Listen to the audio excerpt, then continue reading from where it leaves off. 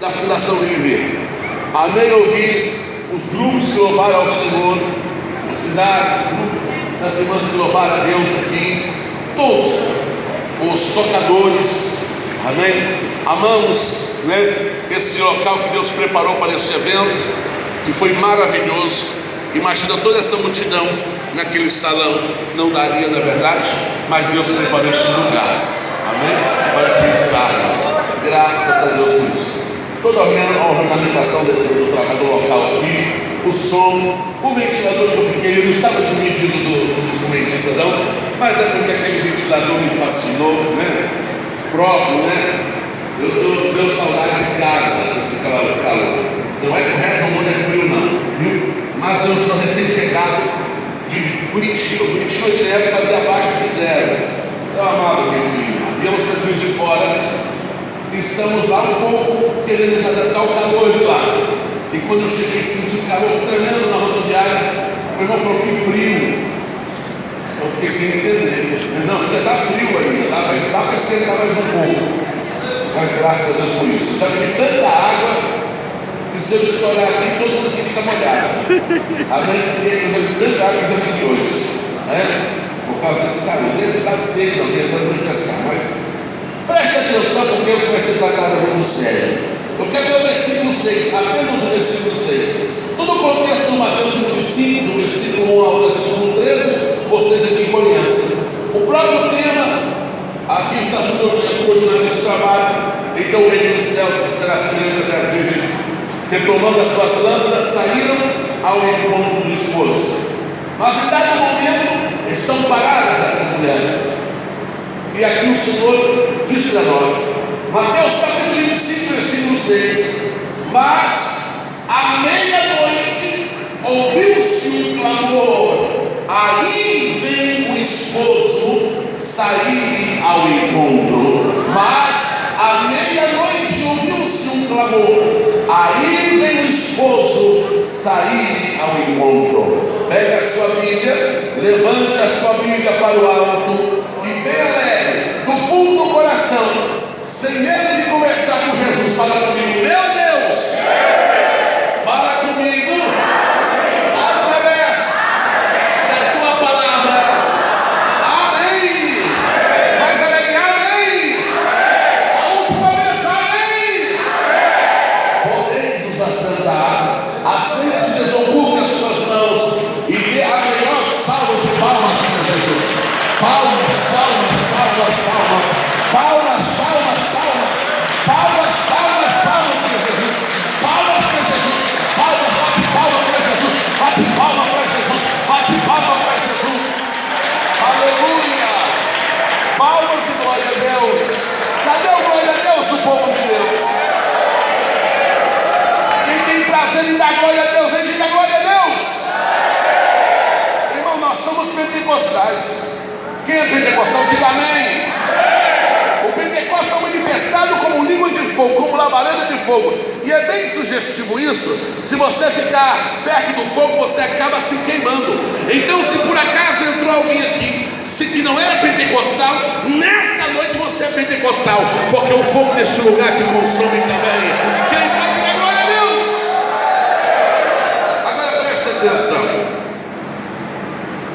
Preste atenção na palavra do Senhor. Se nós fôssemos hoje nessa mensagem, o tema seria saído ao encontro de Jesus.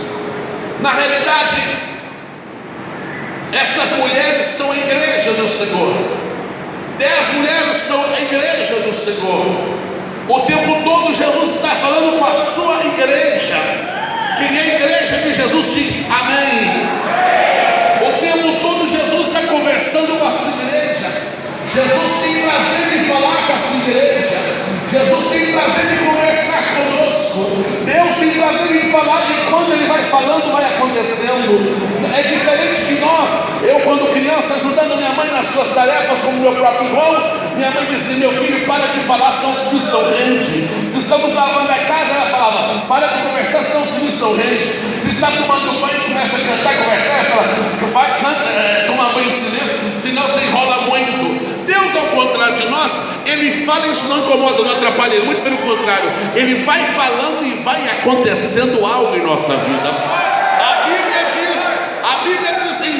capítulo 1, versículo 3, e disse Deus: haja luz, e houve luz. Ele vai falando e as coisas vão acontecendo. Nesta noite, você que entrou enfermo, Jesus vai falar e você será curado. Enquanto Jesus vai falando, Jesus vai trabalhando. Enquanto Jesus vai falando, Ele vai abrindo a porta para você. Enquanto Jesus fala a sua palavra nesta noite, Ele transforma a tua vida. Ele visita o teu familiar, Ele visita o esposo, a esposa, o patrão, o colega de trabalho. Ele visita a tua vida que precisa de um milagre e opera um grande milagre pelo poder da sua palavra. Aleluia! Olha, mas preste atenção. As 10 virgens, elas estão aguardando o noivo, mas perto da meia-noite, quando deu meia-noite, ouviu-se um clamor. Não foi um cochichadinho assim, não. Deixa eu voltar para lá com o meu trono, senão vai parar o microfone. Ei, deixa eu falar bem baixinho, senão acorda todo mundo. Então eu vou falar bem baixinho, senão vai acordar quem estiver dormindo. O esposo está chegando, já é meia-noite, meia-noite é a última hora do dia. Não vou falar baixinho, não. Ouviu-se um clamor, aí veio o esposo. Porque foi uma voz tão forte, um clamor forte, porque pensando que Jesus, a verdade, era despertar quem estava dormindo, era acordar quem estava dormindo, é acordar eu e você se estamos dormindo nesta noite. O Senhor brada nesta noite, a sua voz é possível ser ouvida nesta noite. Aí vem o esposo, não fique de braço cruzado, está chegando que bom, não, você precisa se despertar, você precisa do encontro do noivo. Jesus está aqui nesta noite e Ele quer que você se desperte, se levante do sono da ignorância e vá até o seu encontro. Esse momento, meia-noite, é o último instante do dia, e a Bíblia nos fala que o apóstolo João, cheio de Deus, cheio do Espírito Santo, ele diz na primeira epístola, João capítulo 2, versículo 18: filhinhos, é já a última hora. Nós estamos hoje novamente na meia-noite. A igreja está passando pela meia-noite outra vez. A igreja chegou ao último instante. A igreja chegou ao ponto alto das trevas, porque como o meio-dia é o ponto alto da incidência do sol, também a meia-noite é o momento de mais densas trevas, é o ponto alto da noite. Por isso que hoje começa a ser um dia a partir da meia-noite, porque quando chega a intensidade maior das trevas, depois volta a começar a clarear. Então a partir da meia-noite começa um novo dia. Hoje em nossos tempos, considera assim. Da mesma forma, o Senhor está deixando bem claro que no momento que estivesse maior manifestação de trevas, como as trevas que permeiam os nossos tempos, como as trevas dos tempos odiernos, onde você vê densas trevas para todos os lados e você se preocupa, é trevas na economia, é trevas na política, é trevas na saúde, com tantas pragas, com tantas pestes, com tantos vírus, e já não tem mais nem nome, mais tem começa a dar número para tantos vírus, porque são tantas pragas para os nossos dias, são tantas trevas. Mas meu querido irmão, não se preocupe se as trevas estão dominando o mundo, porque o Senhor Deus diz em Isaías capítulo 60, versículo 2: eis que as trevas cobriram a terra, e eles queriam cobrir os povos, mas sobre você vem a luz do Senhor brilhando, vem a luz de Deus sobre a tua vida, vem a glória de Deus brilhando na tua vida.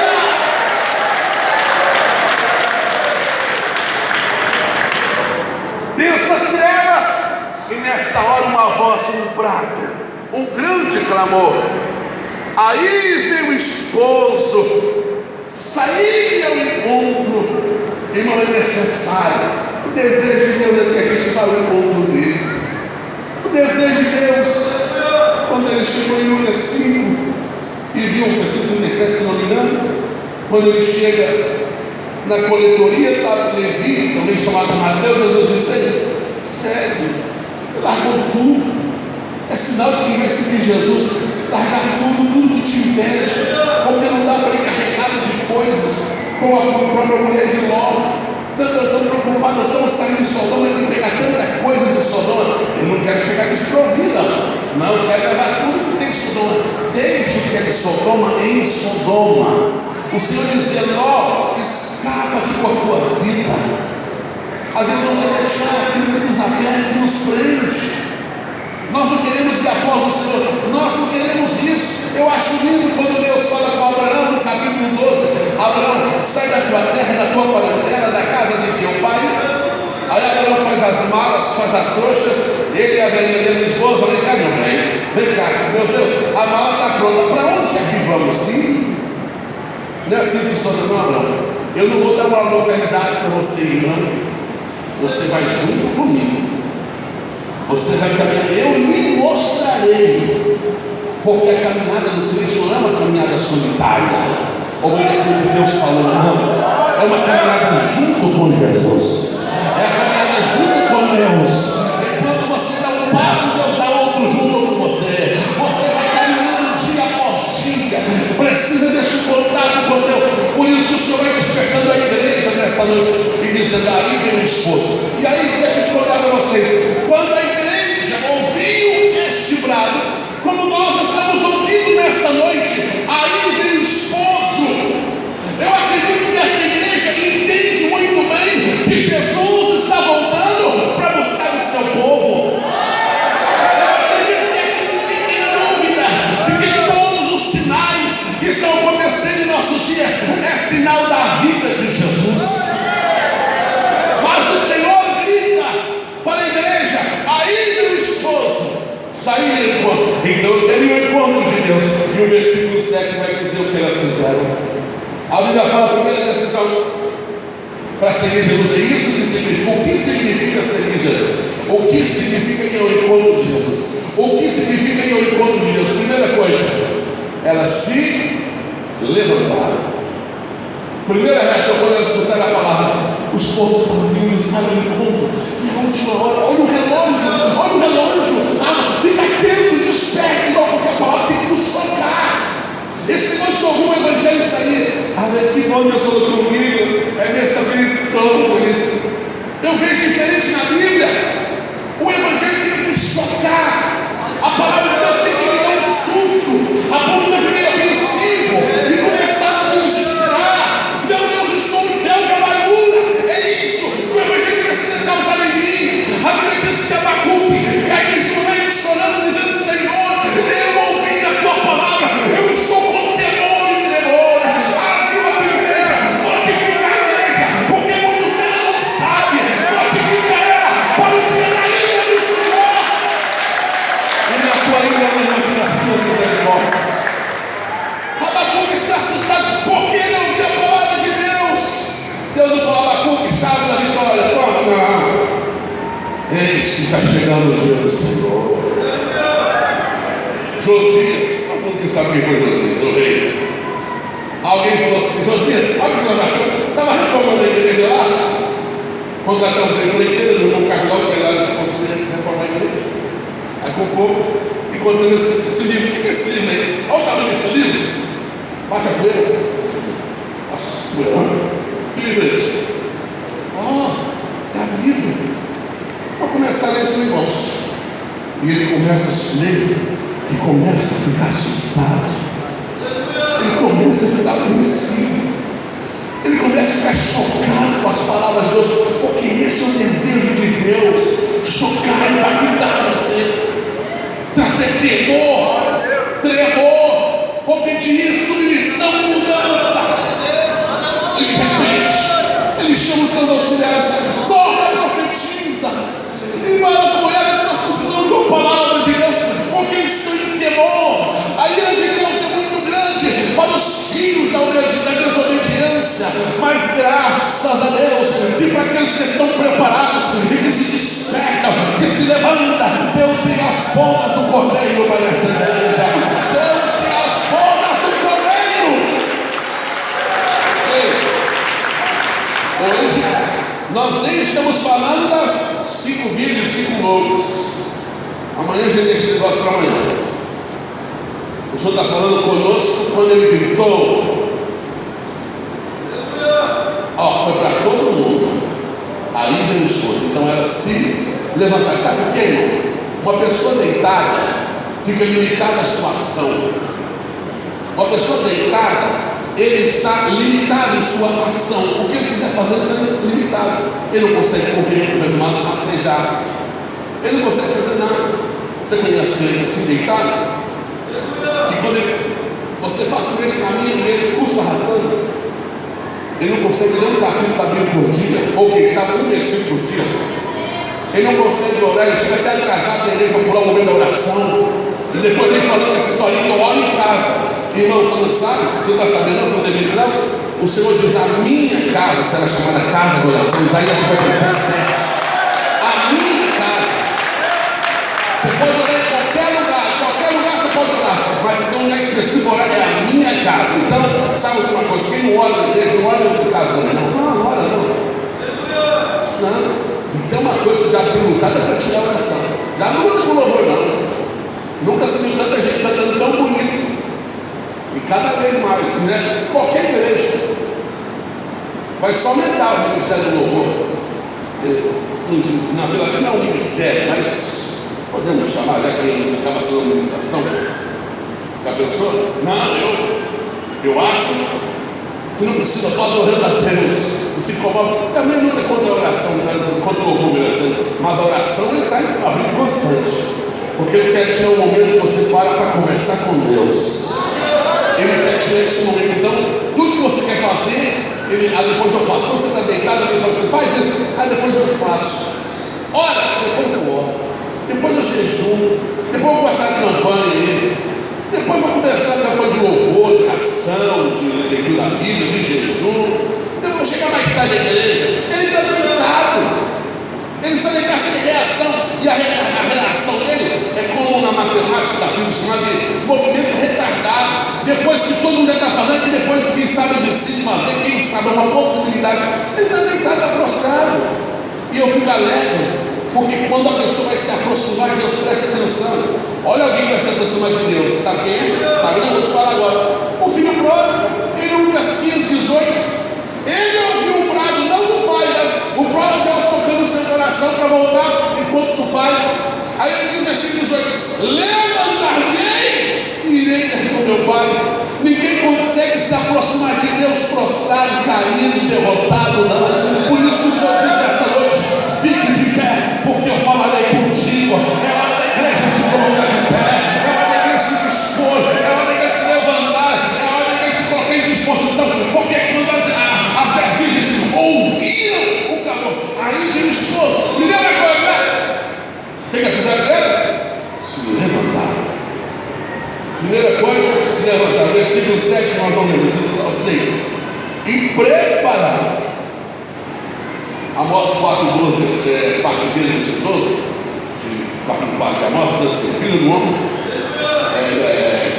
prepara-te, Israel, para encontrar com o teu Deus. O Senhor brada mais. As virgens começaram a se preparar. O noivo está perto. E eu tenho que ir em direção a ele. Mas despreparado, ninguém consegue ir ao ponto do noivo. Ninguém. Olha, são 3 passos para poder chegar perto do noivo. São 3 passos. Primeiro, se levantar. Segundo, e antes de se levantar, a gente costuma se levantar a mensagem para os outros, né? Deus está falando com essa mulher. Não. É para mim. Foi para as 10 virgens. Se são 5 loucas, 5 prudentes, 5 leitos, ok, mas o Senhor falou para as 10.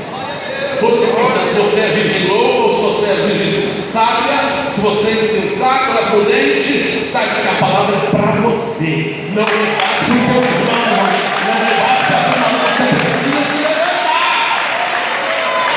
Você se levantou. Depois de se levantar, você vai conseguir passar pelo segundo processo: preparar. Preparar é estar em estado de alerta. Em estado de alerta. Preparar. Em posição. Bota em posição. O desejo de Deus.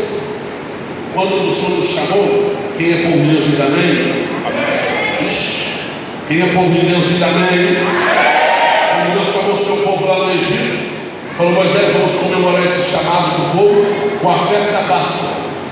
Mas o povo vai comer a festa comum que eles estão no chão, o outro com roupa de dormir, já comer de madrugada. Não, todo mundo farda, vestido como alguém que vai sair em viagem, com a mala pronta, com os pés calçados lá, com as vestes, com os cintos sobre os seus lombos, preparado, e vão comer a Páscoa do Senhor apressadamente, porque a qualquer instante eu tiro vocês do Egito. Você consegue entender o que Deus está falando com você? Viva a tua vida, meu querido. Vai para a igreja, vai para a tua casa, vai para o trabalho, visita o amigo e tua amiga, mas não importa o que você esteja fazendo, comendo ou jejuando, você precisa estar preparado. Você precisa estar preparado hoje, como Jesus voltasse ainda hoje, como se Jesus voltasse aqui agora. Agora para virar do milênio, 31 de dezembro de 1999, vigília nas igrejas, tudo lotado. Tudo lotado. O povo teve uma estação fértil, após deduzir que Jesus vivia na virada do milênio. E são muitas livros, literaturas, filmes, documentários e comentários, pesquisas em todo lugar. Jesus vivia na virada do milênio. O povo tudo preto, sai correndo agora. Se a gente passasse por 200 anos de igreja, não foi nem igreja. Pessoas que estavam no mundo pintando e bordando, é só que as nossas igrejas no primeiro, estava tudo soltado. A vigília não pode ser só na sede, não. Tem vigília em todas as congregações. E eu pensei comigo, eu era solteiro. Tinha 18 ou 19 anos, me lembro. Eu pensei, gente, bobeira, eu trabalhava no rádio, eu, meu irmão, hein? Bobeira desse povo. Porque ele disse que viria quando ninguém estivesse esperando, quando menos esperasse. Porque ele não quer marcar uma hora que você está preparado só naquele instante, não. Ele quer que 24 horas que a igreja esteja preparada. Não tem esse negócio de vir à igreja oferecer a Deus um culto aqui um momento e em casa está distante de Deus, não. Ei, Deus não quer que você venha aqui na igreja e glorifique Ele, e lá fora na tua casa, na rua, na escola, na faculdade, no trabalho, você esteja cantando músicas imorais, esteja blasfemando, contando piadas imorais. Deus não quer que você visse um vestimento dentro da igreja e outro em casa. Se bem que isso não funciona mais, porque até dentro da igreja a pessoa perdeu a vergonha na cara. Antigamente usava roupa humana lá no mundo, hoje as crentes perderam essa sensibilidade. Mas de qualquer forma, o Senhor está bradando a nós, precisamos estar preparados 24 horas, até na hora de dormir. Saiba, Jesus pode voltar nessa madrugada, Jesus pode me chamar nessa madrugada, Jesus pode me chamar, e eu tenho que estar preparado. Aí meu esposo, primeiro, olha, me permite demorar muito para você. Primeiro, levantar. Segundo, às vezes tem que preparar. E terceiro, ter um cuidado com a lâmpada, com a chama da lâmpada. Irmão, chama aqui era tanto a palavra de Deus quanto o Espírito Santo. O Senhor diz para nós não deixarmos extinguir essa chama. O Senhor diz em Levítico 6,13 que o fogo deve arder 24 horas sobre o altar. Só tem um detalhe: você sabe quem acende o fogo? Sabe quem acende? O pastor André recebeu a chama. Olha lá, ele não, não sou eu não. Quem acende está lá, Levíticos 9:24. Deus acendia o fogo sobre o altar. Aí ele não incumbia seus sacerdotes, que não é cor, que o Senhor diz em Apocalipse 1, que ele nos chamou para ser sacerdotes também, eu e você. Eu não entendia porque, como sacerdote, o que eu vou fazer? E eu volto a ler a Bíblia, porque a gente não entende, tem que voltar de novo. Eu não preciso fazer uma curso de teologia para descobrir a verdade, reinventar a roda, descobrir, alguém descobriu a roda. Não preciso disso. A Bíblia nos diz tudo que precisamos. Qualquer dúvida que eu tenho, a Bíblia me ensina. O Senhor diz para a oração, não, que o Espírito Santo me ensina tudo, não precisa que ninguém me ensine nada. Então, volto para a Bíblia, sacerdote para quê? Aí eu vejo em Levítico 6:12, Deus diz ao sacerdote, vem cá, sacerdote, vem cá. Está vendo esse altar aqui? Eu vou acender ele. Eu quero que ele queime 24 horas. O sacerdote diz, tá bom, fica tranquilo. Quando apagar, eu acendo. Não, nada de reacender. eu quero que vocês tenham o zelo de manter o altar aceso. Então, todo dia, traga a lenha e coloque sobre o altar. A função de vocês, filhos de Arão, será essa: trazer lenha. Mas eu sou sacerdote, eu faço isso. Você é sacerdote? Sacerdote? Você é sacerdote? Sou. Então, a sua função é manter o altar sempre cheio de lenha. O fogo que acende foi Deus, essa acendeu foi Deus. Todo dia coloque lenha sobre o altar, porque sem lenha o fogo apaga. A igreja tem que entender isso. Por isso que se Davi vai pegar mais lenha, no caso a lenha não é mais usada, a lenha é usada o azeite. Vai colocar. A função de cada um é manter a chama funcionando. Mas como que eu faço isso? Colocando lenha sobre o altar. Só que os filhos de Arão, eles terminaram o culto lá, um dia, aí ficaram, foram para casa do irmão comemorar, fazer alegria, foram para casa, de um e de outro, conversou, brigou, comeu, cantou bastante e dormiu muito tarde. No outro dia, meu irmão, vai lá, põe ali no altar. Não, fulano, cara, dormi só 2 horas, vai lá, como muito tarde. Você coloca a lenha lá. Não, fulano, vai você, amanhã eu coloco. Não, fulano, vai você. Não, vai você. O jogo de empurra. Alguém tem que fazer. Quem não vai fazer? Por que o fulano faz? Por que o fulano faz? Por que a irmã não faz? Por que o pastor faz? Por que a outra não faz? Você não é sacerdote, não? Deus chama de sacerdote. E aí quando eles, então tá bom, Deus vai colocar. Fulano, coloque. O que aconteceu? O fogo apagou. O fogo apagou. Alguém viu? Ninguém viu. Fácil, não conta para o pai. Vamos acender de novo. Peraí, eu sei acender. Lá em casa todo dia levando você fazer café. Eu sei acender. Pegaram o fogo e só que o fogo sai do altar e consome mais os dois, eles caem carbonizados. Porque se levar do fogo estranho, o Senhor não lhes ordenava. O Senhor não trouxe a cena com o meu isqueiro. Mantenha as aparências, eu queria isso. Olha, fogo por fogo é tudo igual. Fogo por fogo é igual. E esse é um grande problema. Que muitos querem manter a aparência, não tem essa sensibilidade para isso. Eu perdi. É o versículo mais triste na Bíblia, eu vou relatar para vocês, que eu acho. Versículo mais triste, pastor Carlos. Não é Jesus morreu, esse é o mais alegre. O mais triste, Juízes 16, 20. E não sabia Sansão que o Espírito do Senhor havia se retirado dele. Isso é chocante. Essa palavra me incomoda.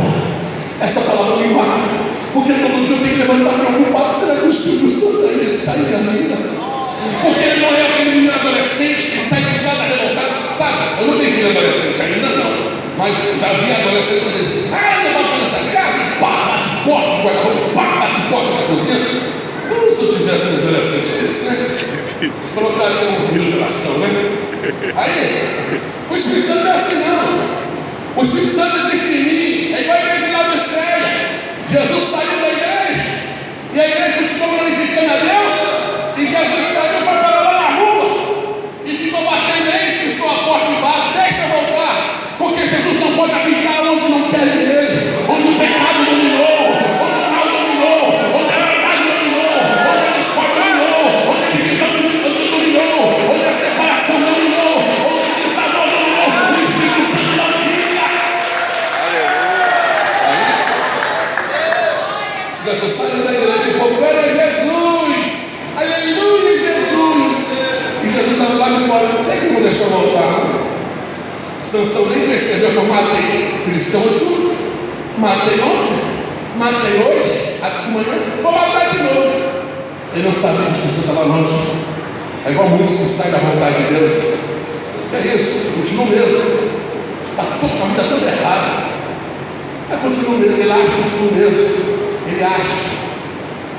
Você está dando atenção que eu estou falando? Sabe o que os filharão deviam fazer? O altar apagou o fogo. Tem 2 coisas que podemos fazer, 2. Ou vamos enganar como os filharão que morrem para organizar, ou vamos falar, papai, vem cá, papai, olha para os seus Deus. Ficamos até tarde, eu vou vir depois até a Bíblia conta. Eles andou. Tem até crente que gosta de mulher, né? Crente goleiro. Já viu crente goleiro? Joga no futebol? Não, é chegar no gol. É o crente goleiro. Aí, papai, nós ficamos do outro lado, vamos botar umas bonitinhas. Que a gente deixou o fogo apagar. Sabe o que eu faria? Chamaria Moisés. Moisés chamaria a atenção deles. E eles se ajoelhariam, abraçados, e pediriam: Senhor, reacende de novo a chama do altar, Senhor. Reacende. E o Senhor diz essa palavra: aquele que vive a mim, de maneira nenhuma eu lanço fora. O clamor do crente é respondido por Deus, e Deus reacende no altar novamente. Mas a aparência conta muito, né? Se o povo descobrir que ele sacerdote deixou o fogo apagar, entrou no mundo todinho e fala para todo mundo voltar e continuar com o fogo. Eu não me preocupo com que tipo de fogo que está aceso na minha lamparina, ou se até está aceso, eu estou com a minha lamparina. Ainda estou com a lamparina. O Senhor nos chama nessa noite. 3 passos importantes. Levante, esteja preparado. E depois de preparado, o Senhor alerta a todos nós: mantenha a atenção sobre a labareda, mantenha a atenção sobre a chama, mantenha a atenção. Esteja esperto, olha, cadê a lâmpada? Está funcionando? Está apagado? Como o Senhor quer que você tenha sempre a lâmpada, mas não uma lâmpada simplesmente em suas mãos, mas uma lâmpada acesa com o fogo da palavra, com o fogo do Espírito Santo, com o fogo do amor de Deus acendido em você, aceso em você. Se você recebe essa palavra da glória de Deus, se é para você essa palavra glorifica, se essa palavra te incomoda da glória de Deus, se essa palavra te impacta da glória de Deus, se ela tem refluência de você, diga glória a Deus. É a recomendação de Deus para nós. Vamos falar ao Senhor. Vamos pedir a Deus, diferente do que os filhos já fizeram. Vamos falar: Senhor, reacende o fogo do altar. Se você está com a lâmpada acesa, faça como assim o vídeo prudente. Mesmo com azeite nas lâmpadas, compraram mais azeite. Se você está com a lâmpada apagada, pegue ao Senhor para reacendê-la. O importante é que todos essa noite tenham essa preocupação. Fiquem todos em pé. Essa vai ser a nossa oração.